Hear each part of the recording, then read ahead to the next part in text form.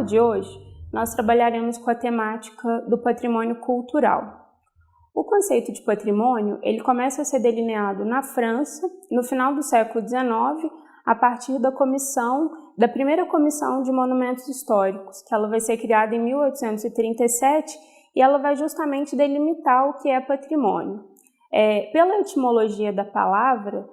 patrimônio ele está relacionado ao direito romano com a noção de propriedade. Então, patrimônio vai ser tudo aquilo que a gente herda, tudo aquilo que pode ser passado de pai para filho, de geração em geração. Esse conceito de patrimônio do século XIX, conforme defende a Françoise Chouet, que é uma das primeiras teóricas a se debruçar sobre a delimitação desse conceito, segundo essa autora, o conceito de patrimônio ele traz uma dupla acepção e ele, por sua vez, ele está ligado a duas questões. Primeiro, a uma questão estética, a noção de belo, do que é bonito, e também a uma questão histórica. Uma vez que o objetivo desse monumento vai ser a lembrança e a rememoração, ou seja, ele vai ser como um suporte da memória, como um suporte de um tempo histórico. Essa primeira comissão criada na França com o objetivo de delinear esses bens patrimoniais, ela vai eleger 3 categorias de monumentos, de bens como patrimônio, e esses bens eles serão os remanescentes da Antiguidade Clássica, de Grécia e Roma, os edifícios religiosos da Idade Média, catedrais, igrejas e castelos. Nesse sentido, o trabalho dessa primeira comissão dos monumentos históricos, ela vai trazer que a valoração do monumento, a valoração do patrimônio, ela vai estar ligada àqueles 2 conceitos que eu falei anteriormente. Primeiro, as noções de estética e também a noção de bem histórico, a noção daquele bem como suporte de um tempo histórico. No século XX, a gente tem uma grande mudança, inclusive que os teóricos chamam de mudança de paradigma dentro do campo do patrimônio, que a gente vem desse pensamento do século XIX, com as categorias patrimoniais tratadas pelos critérios de valoração histórica e estética, para o século XX, com um conceito de patrimônio mais amplo, que passa, inclusive, o conceito passa por um alargamento, passando a englobar também festas, manifestações, que é a questão do patrimônio imaterial que a gente vai discutir posteriormente. Nós temos no século XX uma série de acontecimentos e aí que eles vão delinear esse entendimento do conceito moderno de patrimônio. Com a Segunda Guerra Mundial e com a destruição de cidades inteiras, cria-se também um problema que é aquele de preservação da memória desses lugares que foram bombardeados, que foram completamente destruídos. Então, ao término da guerra, existe aquela preocupação de como se reconstruir esses locais e como se pensar a preservação da memória desses locais e dessas pessoas. Paralelamente, nas primeiras décadas, a gente percebe uma série de estudos, por exemplo, os da antropologia, que começam a estudar povos até então não estudados, e eles começam a colocar uma série de questões, por exemplo, o entendimento da cultura como um processo dinâmico. Nesse sentido, nesse entendimento da cultura como processo, isso vai trazer uma série de contribuições ao campo do patrimônio, uma vez que vai permitir o estudo e pensar a valoração de bens patrimoniais e categorias de patrimônios e de bens ligados a povos que até então estiveram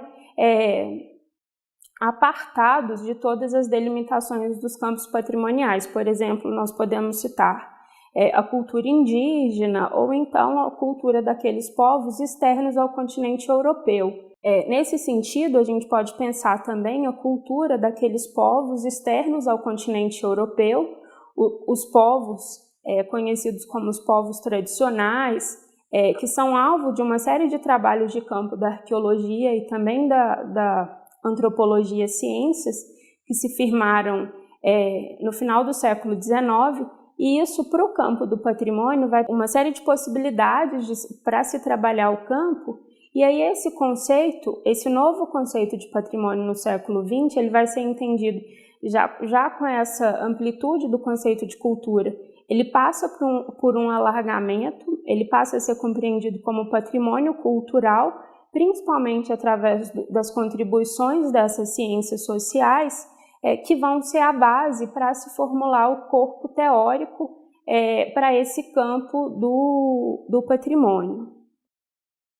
Dessa forma, o grande deslocamento que nós temos é que a valoração,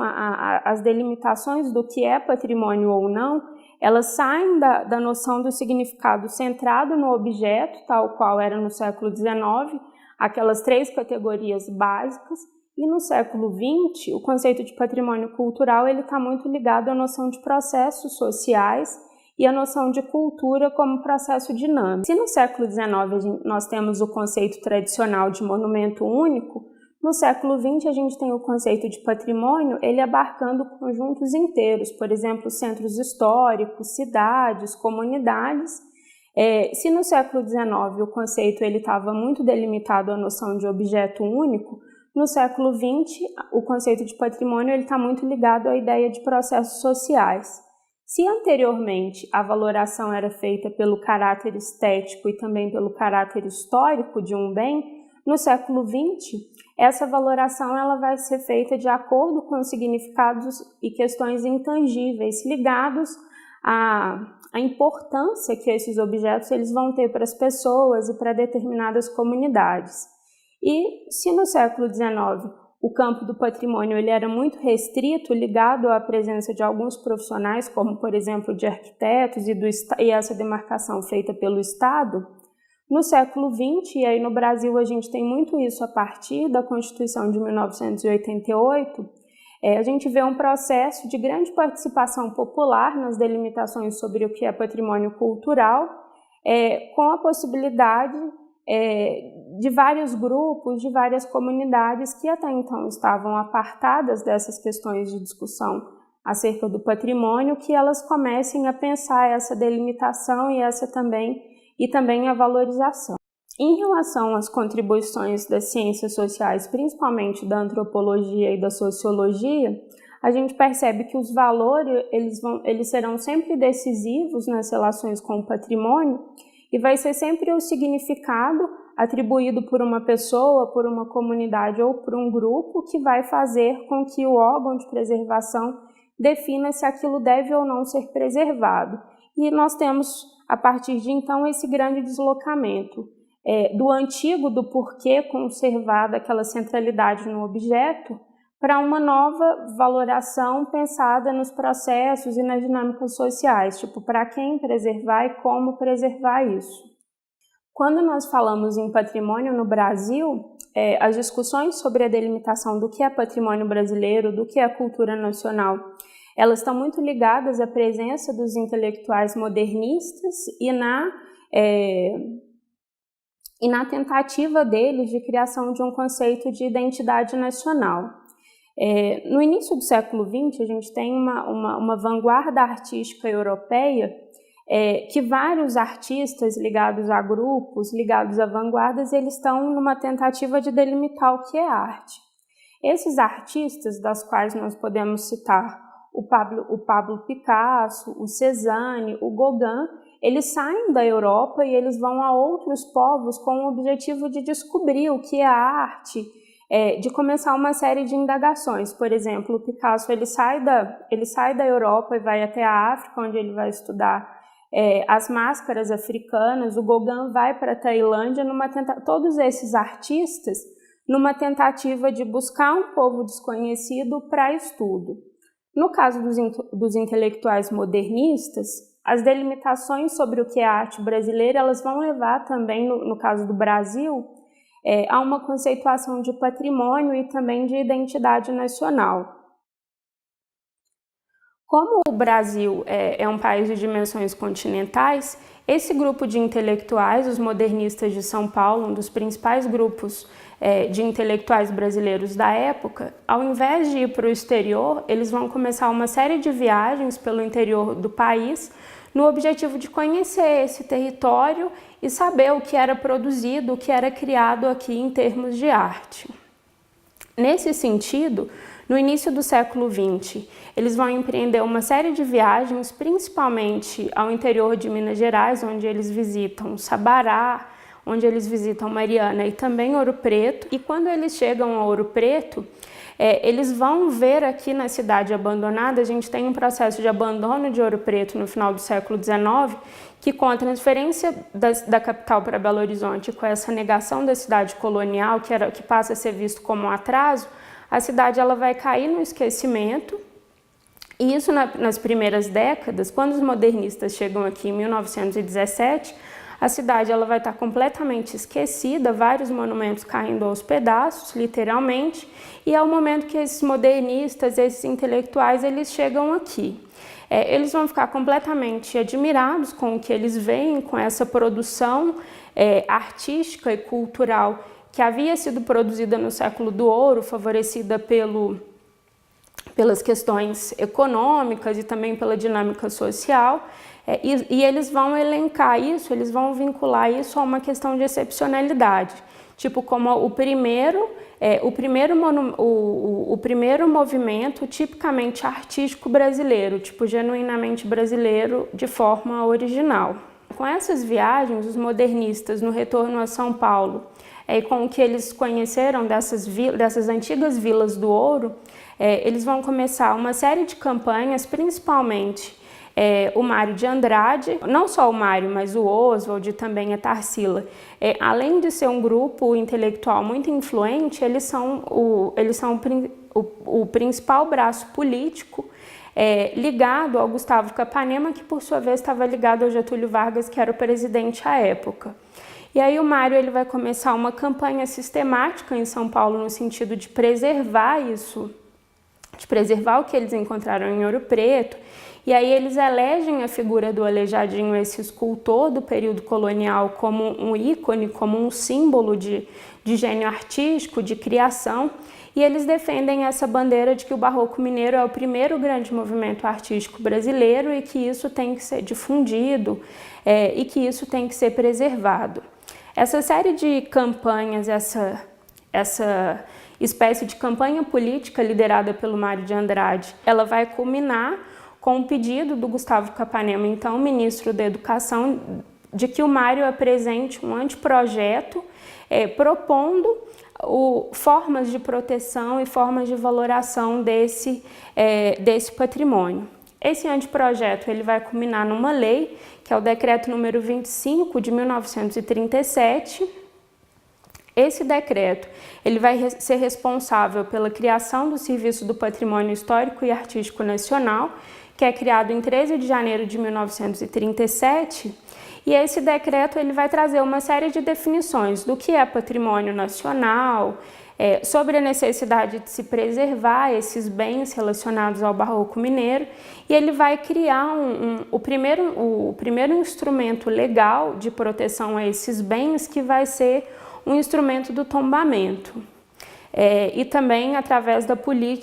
instauração de uma política de tombamento. O tombamento ele é um instrumento jurídico de reconhecimento e proteção do patrimônio cultural, e o objetivo de tombar um imóvel é impedir a sua destruição, é impedir que o proprietário ele altere características originais daquela edificação, daquela construção, fazendo assim com que aquele bem, com que aquele imóvel ele seja preservado pelas gerações futuras. Esse processo de delinear essas primeiras políticas patrimoniais no país, ele vai se associar a uma outra política, que aí é uma política varguista, uma política do Getúlio Vargas, que era um governo populista e que estava fazendo uma série de definições em relação à identidade nacional, em relação ao conceito de nação. E aí, através também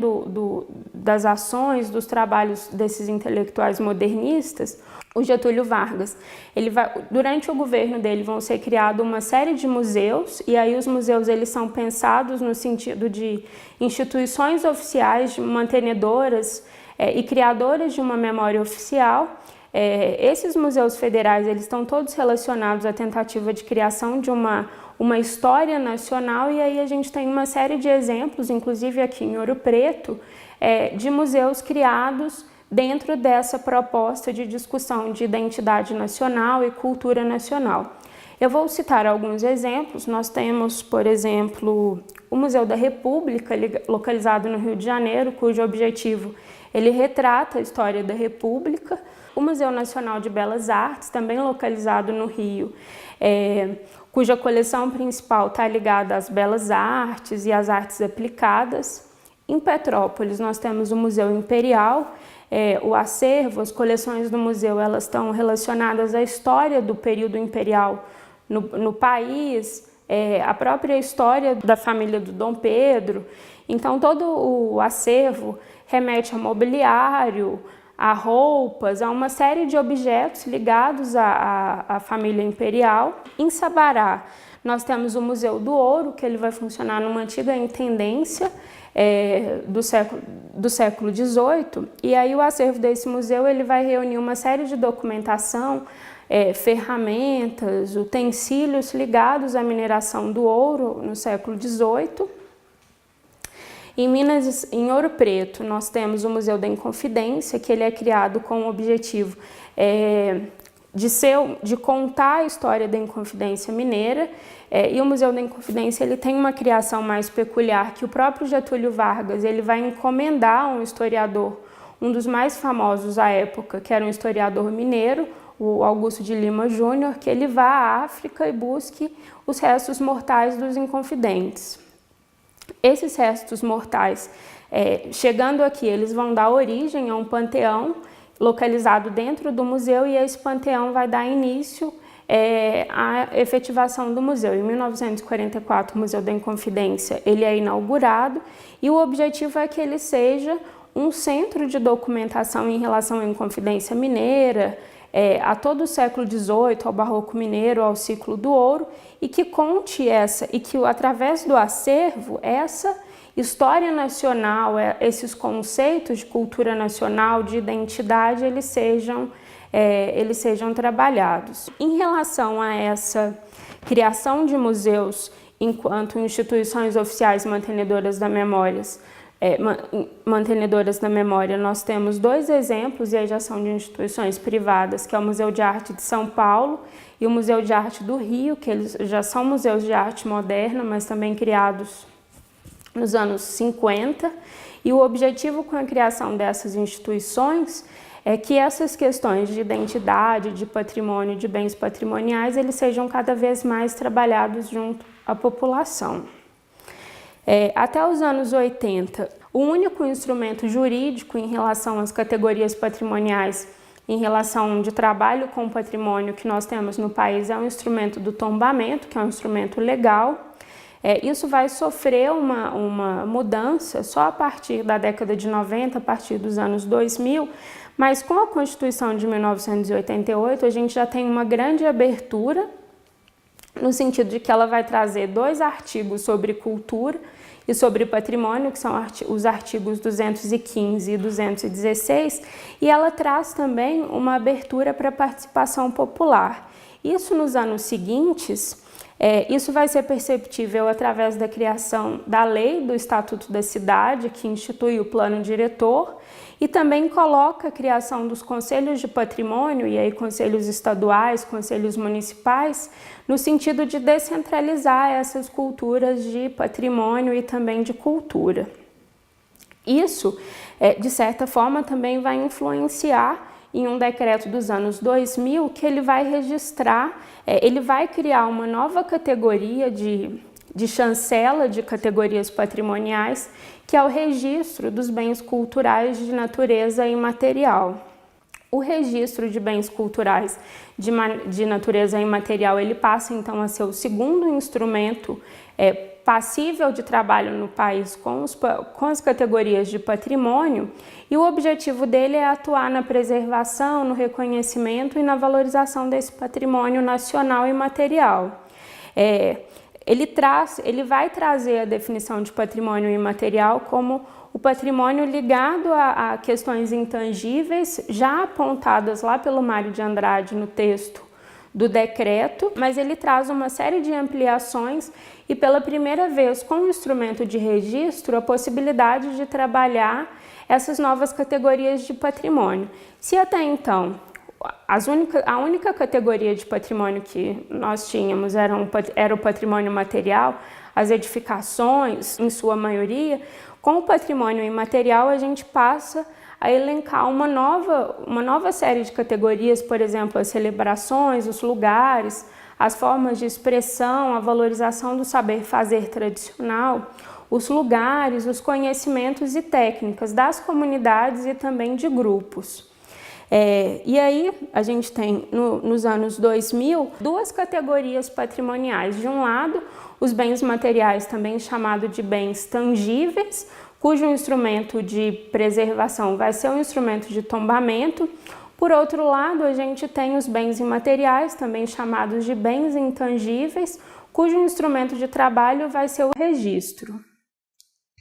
Esses bens imateriais, eles vão estar relacionados em sua maioria aos saberes, às habilidades, às crenças e às práticas sociais.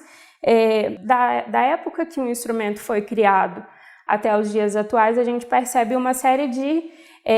bens registrados como patrimônio imaterial, e aí nós podemos citar alguns. Por exemplo, a capoeira, o frevo, o modo de fazer a renda irlandesa, além isso na esfera federal, além daqueles bens registrados na esfera estadual ou na esfera